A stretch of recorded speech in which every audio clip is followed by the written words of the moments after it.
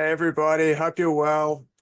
Today we're with an absolute powerhouse of a singer from an amazing band. They've played festivals like Resurrection Fest, Download Fest, Greenfield, Sonic Temple. They've toured with Bring Me the Horizon, and the lead singer even plays with a violin on stage, which is incredible. We're here with Eddie Berg from Imminence. How are you, Eddie? I'm good, thanks. Nice to be here. And thanks for having me. No worries, mate. It's a real pleasure. And as a starting question, just out of curiosity, how's how do you feel heading to Australia for the first time? Like, are you excited? Are you nervous? I think I'm mostly excited. It's an incredible feeling. It's something that we wanted to do for such a long time, so many years, and now we're finally here. So we're excited to get down there. Yeah, awesome. And you've connected with fans over the years. Like I saw an interview last night where you were um like basically like talking to the interviewers like they're like friends of yours. How did those relationships come about? Like you just like through social media, people reached out and said like we love your music, and then you just form these relationships? Yeah, are you thinking about Nathan Johnny?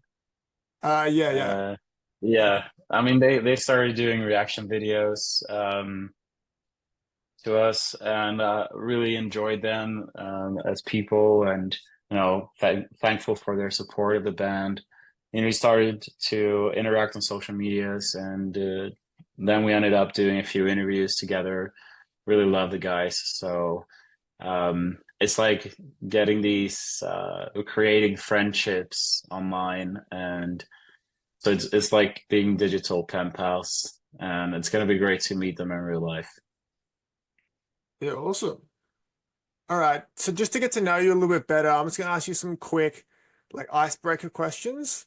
And yeah, let's just see how we go with them. So what's one topic you can talk about for hours?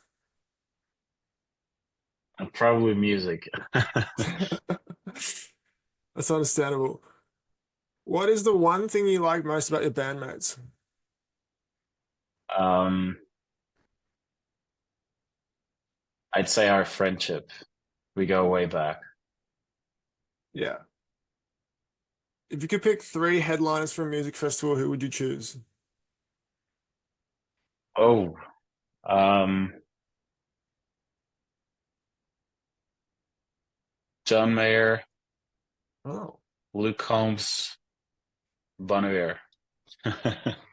that's quite a surprising selection, to be honest. I Yeah, wasn't expecting John Mayer, but that's cool. So what's yeah. your favorite album if you had to pick one? Very hard, but um,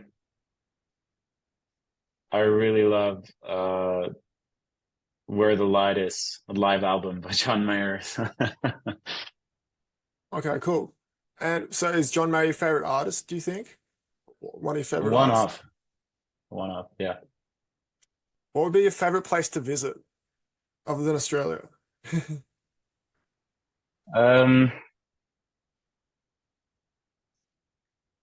Bucket list is like Japan, Iceland, Scotland.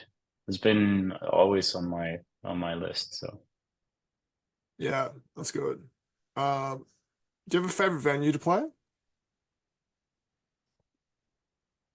hmm, favorite venue to play. Um, they are all the same. No, they're not. But Like one in Sweden or something, would that's you like? hmm, You're not sure. no. I'm not sure. I'm not sure. I think one venue we played many times is a venue in Germany called Invizalign in Stuttgart. We always enjoyed to go back there. We always had a great reception and hospitality. Yeah. Okay, fair enough. All right, so I'm gonna jump straight into some questions about your most recent album. So, Yeah. fifth full-length studio album, 14 years in a band, and obviously quite a few live shows. What does this album mean to you, The Black? it really means a lot because I felt like we were able to kind of go full circle. Like with every album we've made, we've always taken another step in a new direction and try to create something new. And for the first time, I felt like the black is kind of summarizing the evolution of our sound as a band into one record. Yeah, okay. Yeah, so like what's the songwriting process like? Because like you do you jam as a band and then you just come up with songs like as a collaboration, or is it like you write songs normally and then bring them to the rest of the band? I mean, there's been an evolution of the songwriting process. When we started as a band, it was like jamming songs together in the rehearsal space. But over the years, it's now me and our guitarist Harold that writes all the songs together. So we just write the songs in the studio. Okay, interesting. Yeah, and so I'm aware the album is about mental health to some extent. Um, at what point in the journey did mental health become important for you, both personally and musically? I mean, for me, it's always been as someone who goes through that and suffers from that. Music has always been my escape and my way to channel my emotions, and to know get that part of me out in some form. Um, Yeah, like you feel that on stage when you're playing live. It's like it. I mean, in the audience, like you can feel like it's really healing, like being in a live audience. Like, how does it feel for you to be on stage? It's same experience, or yeah, I mean it's empowering for sure, and it's very moving to see how certain people react to your songs when you play them live, um, and how much it resonates with them. And of course, like you're not gonna be as emotionally receptive on every night, but on some occasions you kind of like sometimes I need to close my eyes not to start crying myself when I look them in the eyes, you know what I mean? yeah, it's really amazing. And like, so with this new album, like you mentioned how it's something you've kind of explored quite a bit throughout your journey. Uh, like specifically, the album's called Black, and was there like a change for you personally to explore, um, I guess the topic more deeply, or was it like a natural product of what you've been writing over the years? Yeah, I mean we did start writing this album a little bit differently. Instead of like writing the full album and going into the studio, we started writing songs and um, released them as singles. But the very first track we wrote was "Come Hell or High Water," and it has a line in the song which is "This is the black," and this song itself also really set that tone and the mood for what the album would become. And for us, it was when that song was finished, we knew that there was something there. It was like scratching the surface to something much deeper and much darker, and we really felt like we needed to dive into that. It's like you said, it's very dark and it's touching on those darkest parts of your mind that you kind of try to block out all the time. Like you don't listen to that, you don't listen to that voice. But this album was about diving into that and letting that voice speak. Yeah. So a song like Hell or High Water, do you take inspiration from a lot of different areas, I can imagine? Uh, do you look out at the world and find inspiration from what's happening in the world at the moment? I mostly don't like I tend to just write on emotion and write from myself. I've Okay, never been like a political writer in any way, and I feel like that is not what our music is about. It's about connecting with people and hopefully helping people deal with their things and their struggles in life. okay, interesting. Okay, so yeah, it's really interesting. Like, yeah, I feel like I can see how this album kind of is, but you're like there's a vulnerability to it, and you're not really holding back on what you're trying to say in the songs, and like I can see how that translates in the music, which is awesome. Um, Bit of a curveball question. So if you could pick any festival or headline show in any setting or part of the world, what would it be and why? If you could imagine that, like perfect live gig. Did you say headline or festival? Yeah, headline show or festival, yeah. Oh, um,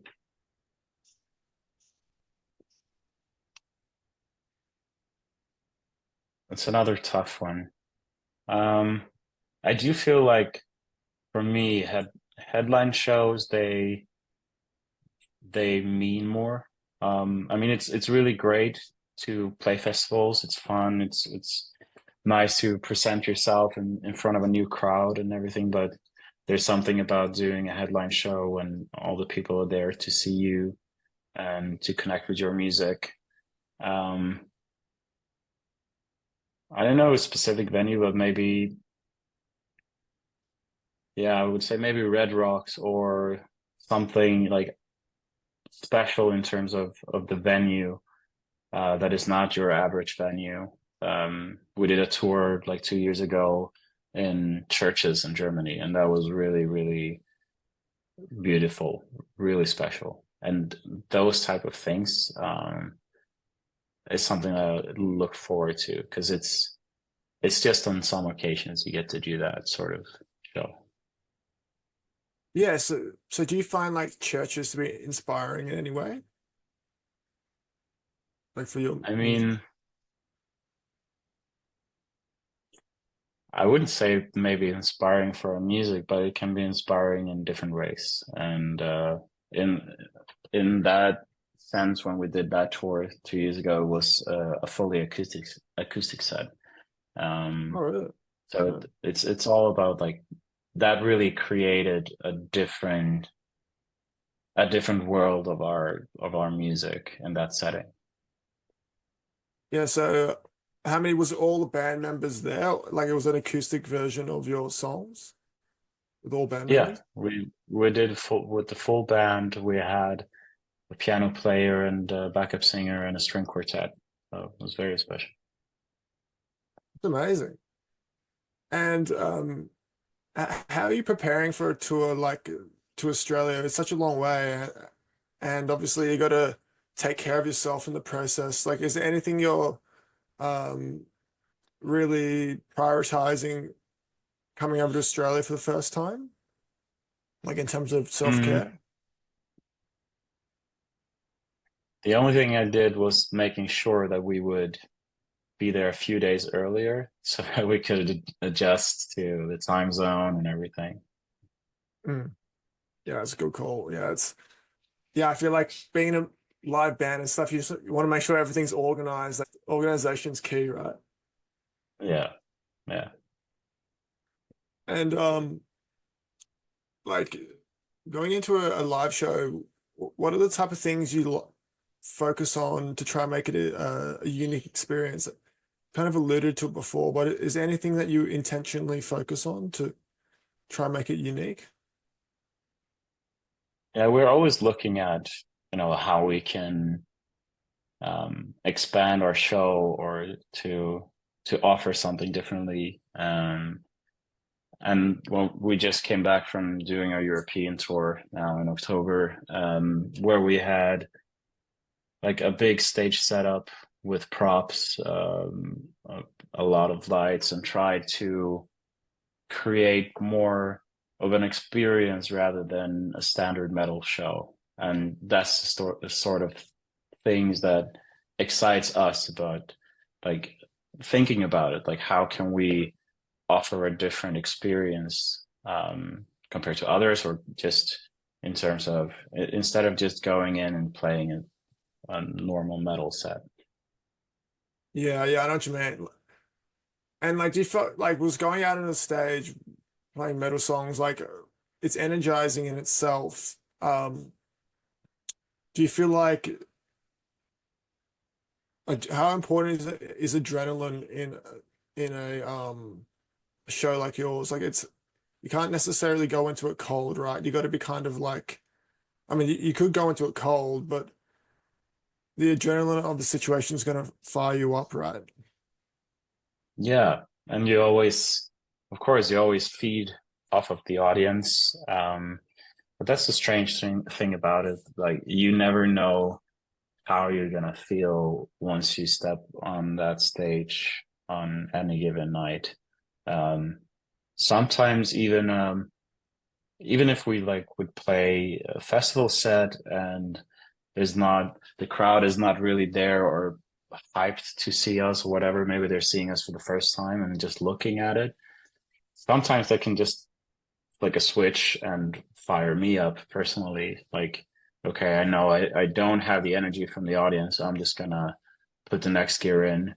Um, but obviously, like having nothing beats having a great crowd who is like 100% with you. Yeah, for sure. Any like really like amazing crowds over the past year or so that are a highlight in that regard?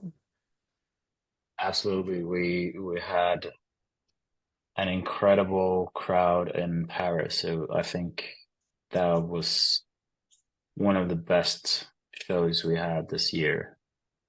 A few other mentions was Cologne and we did Anaheim earlier in the US this year. Was the Paris show like a festival or was it a headline show? We did a headline show, yeah, on the European tour. Oh, awesome. Yeah, that's great. So, where do you want to take Imminence? Like in terms of, do you have any other artistic directions you are considering, or I mean, it's all a process, and writing new music for me is not overthinking. It's trusting the process and trusting yourself and what you enjoy and what you want to create. And you will see where that takes us. But in the end, the most important thing is that you are happy with what you create. yeah, I've heard people say like the more I get out of my head, like it's so much easier to do things. So like say hypothetically you're like overthinking a song or something, how do you normally get a fresh perspective on it? Hmm. Yeah, that's the thing. I like to think about the music that it needs to excite you in some way. Yeah. It needs to like consume you in the way of that you feel the need to complete whatever you started. Um, and again, just trusting in that gut feeling and the process. But sometimes you get stuck.